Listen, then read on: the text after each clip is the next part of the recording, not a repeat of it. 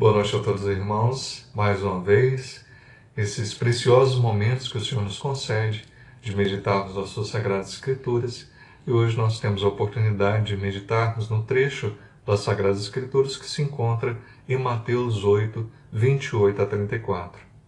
Tendo ele chegado à outra margem, a terra dos Gadarenos, vieram-lhe ao encontro dois endemoniados, saindo dentre os sepulcros, e a tal ponto furiosos que ninguém podia passar por aquele caminho.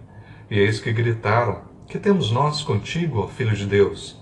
Vieste aqui atormentar-nos antes do tempo?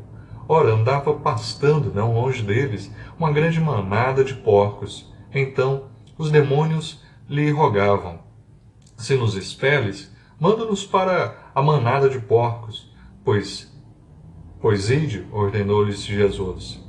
E eles, saindo, passaram para os porcos, e eis que toda a manada se precipitou, despenhadeiro abaixo, para dentro do mar, e nas águas pereceram. Fugiram os porqueiros, e chegando à cidade, contaram todas essas coisas, e o que acontecera aos endemoniados. Então a cidade toda saiu para encontrar-se com Jesus, e vendo-o, lhe rogaram que se retirasse da terra deles. Vamos orar? Senhor, mais uma vez nós rogamos a iluminação para as nossas mentes, a capacidade que a Tua Palavra venha a ser, como sempre, eficaz em nossas vidas, nos dando discernimento, nos purificando, nos fortalecendo, nos alimentando e trazendo toda sorte de bênção para as nossas vidas. Se conosco, em nome de Jesus Cristo. Amém, Senhor. Amém.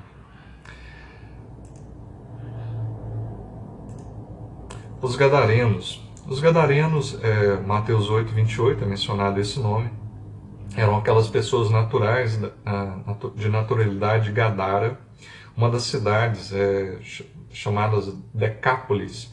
Decápolis eram 10 cidades situadas, a maior parte delas, ao leste do lago da Galileia. Os seus moradores eram gentios. Os gentios aqui não eram judeus. No entanto, nós bem sabemos que o Senhor, sim, tinha, ainda que o seu foco principal fosse ali o povo judeu, é claro que nós percebemos que ele demonstra em todo o tempo que a palavra, a salvação também era para os gentios. Isaías 42, 1: Eis que o meu servo, a quem sustenho, o meu escolhido, em quem a minha alma se compraz, pôs sobre ele o meu espírito, e ele promulgará o direito para os gentios. 42, verso 6: Eu, o Senhor, te chamei em justiça, tomar-te-ei pela mão e te guardarei, e te farei mediador da aliança com o povo e luz para os gentios. Então, o Senhor, ainda que ele tenha escolhido a Israel como essa menina de seus olhos, esse povo escolhido, eles na verdade deveriam ser um exemplo para as outras nações. Eles deveriam ser então apregoadores da justiça, eles deveriam ser testemunho na terra desse maravilhoso e soberano Deus que é o nosso Senhor Deus, o nosso Deus eterno, Yahvé, o Deus que era, é e há de ser sempre o Todo-Poderoso. No entanto, eles não imaginavam isso, eles achavam que a salvação era só para eles. O Senhor vem, prega a palavra, anuncia a verdade, corrige as falhas de ensino ali, e ainda assim os próprios judeus rejeitavam, perseguiram e desprezavam o Senhor. Principalmente as autoridades assim o faziam. Aqui nós vemos realmente o Senhor passando para os lados ali, atravessando o mar da Galileia, e nós vemos ele fazendo só isso, ele atravessou ali para esse evento. E ele chega ali, nós vemos algumas palavras, né? Gersesa. Gersesa era o nome de uma vila, Gadara era o nome da cidade mais próxima e Gerasa era a cidade mais importante daquela região. Então nós vemos esses nomes, essas palavras nos evangelhos, né, sinóticos, nos evangelhos que constam também essa história. E essa é uma das passagens que lançam uma forte luz sobre um assunto difícil, obscuro, quando nós falamos, então, dessa manifestação satânica mesmo, o diabo ali, sujeitando, subjugando vidas. Mas o Senhor sempre nos fala, 1 Pedro 5,8, sede sóbrios e vigilantes, o diabo é vosso adversário, anda em derredor como leão que ruge procurando alguém para devorar. Tiago 4,7, sujeitai-vos, portanto, a Deus, mas resisti ao diabo, e ele fugirá de vós. Efésios 6,11, revesti-vos de toda a armadura de Deus para poderdes ficar firmes contra os cilados do diabo. 1 João 5,18, sabemos que todo aquele que é nascido de Deus não vive em pecado, antes aquele que nasceu de Deus o guarda e o maligno não lhe toca. E por fim, Judas, capítulo 1, verso 6, e aos anjos que não guardaram o seu estado original, mas abandonaram o seu próprio domicílio, ele tem guardado sob trevas em algemas eternas para o juízo do grande dia. Então nós vemos que realmente os demônios existem, Satanás existe, não é uma ficção. É claro que é diferente do que nós vemos às vezes nos filmes, nos desenhos animados. Não é um personagem ali com chifres, com rabo, casco, não é assim.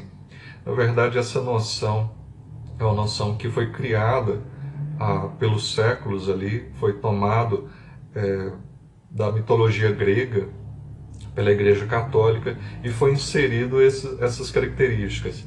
Mas o Satanás e os seus são espíritos malignos, são espíritos que eram anjos, mas eles não guardaram o seu estado original, como nós lemos em Judas, e eles foram então condenados, eles foram expulsos ali e aguardam a condenação final, quando realmente sofrerão ali o juízo final, quando o nosso Senhor Jesus concluir todas as coisas. Mas o que nós podemos aprender nessa lição? Em primeiro lugar, deixemos bem estabelecido nas nossas mentes que o diabo existe.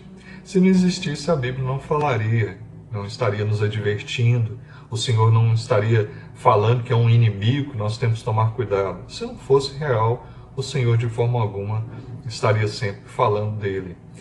Mas é um inimigo que está aguardando só um golpe final, é um inimigo vencido. Em Cristo nós temos possibilidade realmente de vencê-lo, de lutar com a armadura que o Senhor nos concede.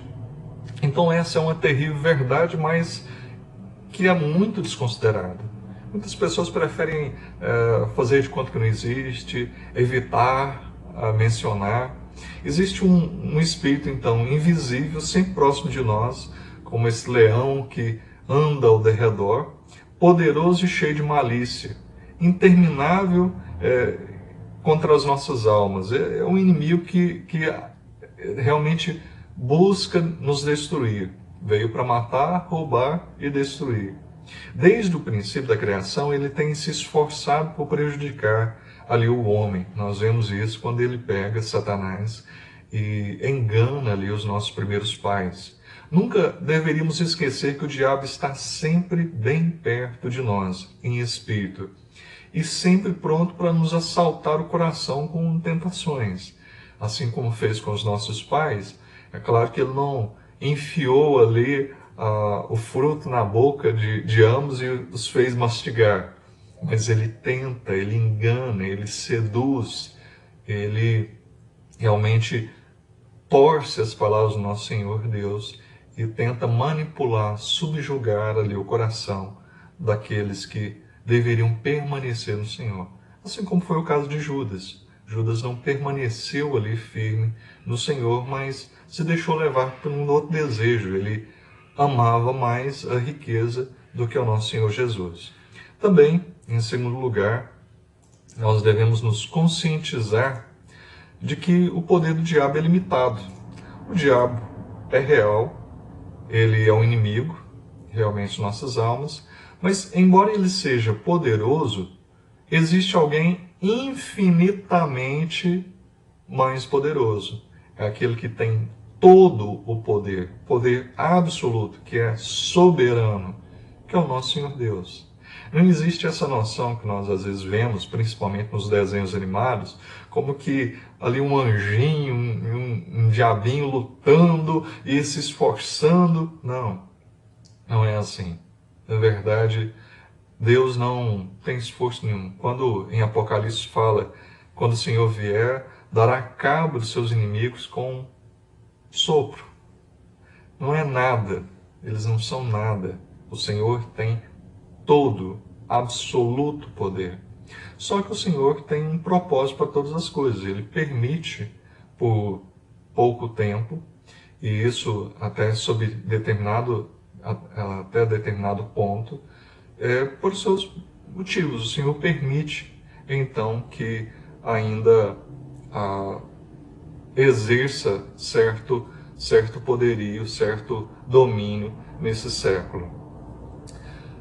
Embora seja tão perspicaz, então, ele é tão determinado em seu intuito de prejudicar a humanidade, ele só pode agir com permissão. A gente vê isso como quando foi ele quis, né? Ele desejou ali, colocou em questão a própria vida de Jó. Ele pega e fala, não, Jó, será que Jó te ama mesmo? Jó não te ama, não.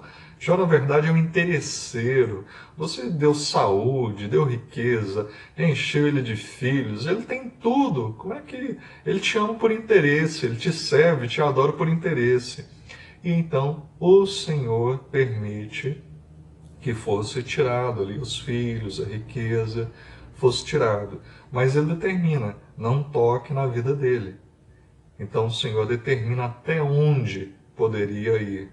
O diabo não pode fazer o que quiser, mas até os demônios se submetem. Por isso que até as pessoas na época de Cristo, eles ficavam boquiabertas, como assim? Ele tem autoridade. E o Senhor até deu autoridade aos discípulos, em o nome de Jesus. Eles também, pela autoridade ali que lhes foi investida, eles expulsavam esses demônios, esses diabos ali. Esse mesmo versículo nos mostra então que esses inimigos são limitados.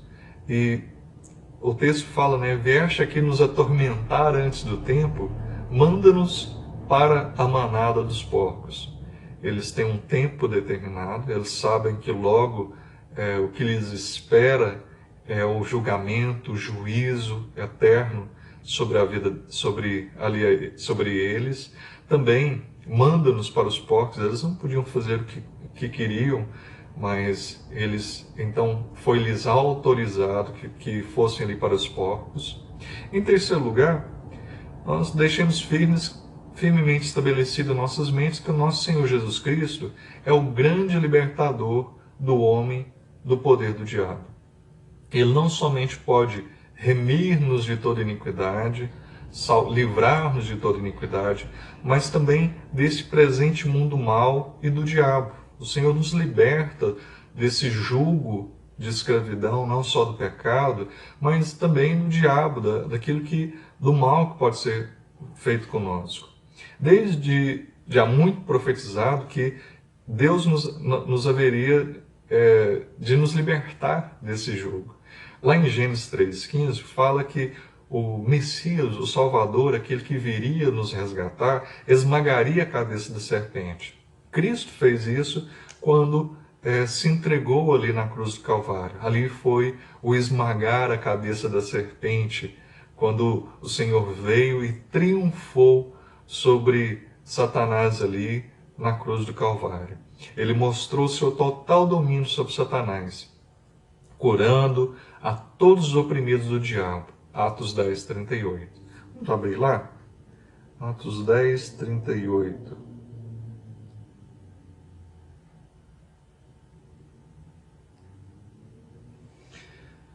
Como Deus ungiu a Jesus de Nazaré com o Espírito Santo e com poder, o qual andou por toda parte, fazendo o bem e curando a todos os oprimidos do diabo, porque Deus era com ele. Então, realmente o Senhor teve esse poderio, essa capacidade, essa autoridade. O Senhor veio nos trazer esse alento. O nosso grande recurso em todos os ataques do diabo é clamarmos ao Senhor. Nós não temos autoridade e poder no nosso próprio nome, nós não temos poder por nós mesmos, nada disso. Nós temos que buscar e confiar no Senhor. Ele pode expulsar qualquer demônio que nos atormente o coração, tão certo como naqueles dias, nos dias da antiguidade. Hebreus 7, 25. Hebreus 7, 25.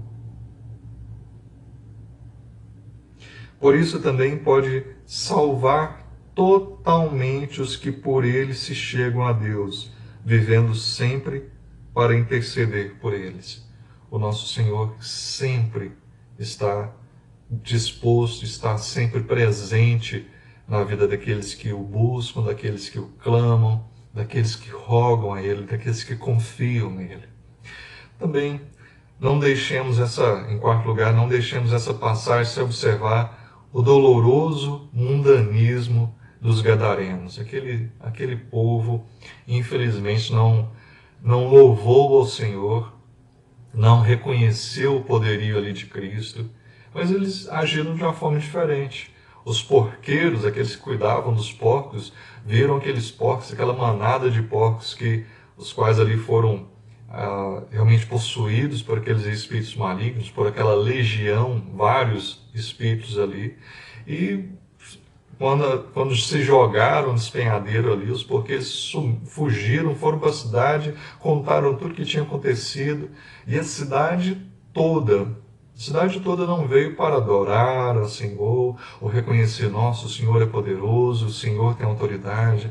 Quando viram aquele gadareno, aquele que estava possuído pelo demônio, ele que conversou com o Senhor, e o outro, né, na outra passagem semelhante que fala também dessa história, fala de dois personagens. Aqui em Mateus fala dessa forma, em outros fala só um, mas a noção que a postura do autor bíblico. Um autor bíblico pega e comenta o número e fala do fato, outro achou que não era necessário, comentou só do que foi ali Jesus falou e aqueles demônios também mencionaram, conversaram ali, falaram naquele momento daquela história. Então, por isso essa diferença de um para outro, mas não significa que não esteja de acordo, não seja verídico. A história é a mesma, só que como é contada por diferentes autores, com diferentes perspectivas, discípulos diferentes, é claro que a história não vai ser idêntica. Isso é a beleza do relato bíblico. Realmente são de acordo com a possibilidade, perspectiva ali, cada qual foi contando a história. Então os gadarenos, eles chegaram ali, aquele povo da cidade, e os gadarenos rogaram ao Senhor que se retirasse da terra deles. Eles não se sensibilizaram com nada, a não ser com a perda dos porcos. Eles pegaram e pensaram no prejuízo. Eles não pensaram naquelas vidas que foram libertas daquele poder diabólico, daqueles espíritos malignos, aqueles homens que viviam nos sepulcros ali e ninguém conseguia segurá-los. Eles colocavam correntes neles, grilhões ali, e eles arrebentavam aqueles grilhões, aquelas correntes como se não fosse nada. E o Senhor liberta aquele homem, de repente aquele povo chega, o povo toda a cidade chega, olha, eles estão bem, estão sãos, estão ali vestidos, estão bem, e na verdade para eles não importava nada daquilo. Eles não pensavam em nada além realmente do financeiro. E não adiantava que o Filho de Deus estivesse ali, que tivesse poder sobre Satanás, que tivesse poder para libertar aquele que estava oprimido. Na ignorância, os gadarenos consideraram Jesus como alguém que se colocava entre eles e o seu lucro. e só desejavam ficar livre deles. Eles pensavam, não, nós temos que nos livrar deles porque vai trazer problema econômico para nós. Jesus não é um bom alguém que seja interessante ficar aqui, de forma alguma. De forma alguma. A conclusão, a cada nova manhã nós devemos nos lembrar de que temos almas a serem salvas e que um dia morreremos e teremos de enfrentar o juízo divino. Cuidemos em não amar o mundo mais do que a Cristo, como os gadarenos, amar ali mais o lucro, que nós tomemos cuidado de não prejudicar a salvação de outras pessoas por temor de que o processo da religião verdadeira possa diminuir nossos ganhos ou nos trazer problemas. Nós não devemos pensar em problemas que acarretem a nossa firmeza na palavra do Senhor. Nós vemos em Apocalipse, mencionando ali que provavelmente vários dos cristãos daquela época tiveram problemas econômicos, porque uma vez que eles não participavam das festas, dos rituais mundanos, os rituais ali de adoração às divindades da época, e naqueles rituais, naquelas festas que tinham ali para a veneração daquelas divindades, eles também negociavam ali, faziam seus acordos financeiros, uma vez que aqueles cristãos, aquelas pessoas se converteram ao cristianismo, elas já não iam mais nessas festas. E é claro que afetou até a economia de vários cristãos que tinham seus negócios. Mas eles não deixaram de ser cristãos por isso. Ainda que passassem por adversidades, eles permaneceram firmes no Senhor. Nós devemos sempre focar nisso. De que adianta ganhar o mundo inteiro e perder a alma? Nós devemos sempre nos lembrar que temos esse inimigo que vem tentando nos roubar, matar, destruir, nos enganar realmente. Mas devemos permanecer firmes no Senhor, em todo tempo, em toda e qualquer situação. Sempre lembrando, sujeitando-nos a Deus e resistindo ao diabo, porque ele fugirá de nós. Tiago 4:7. Deus abençoe.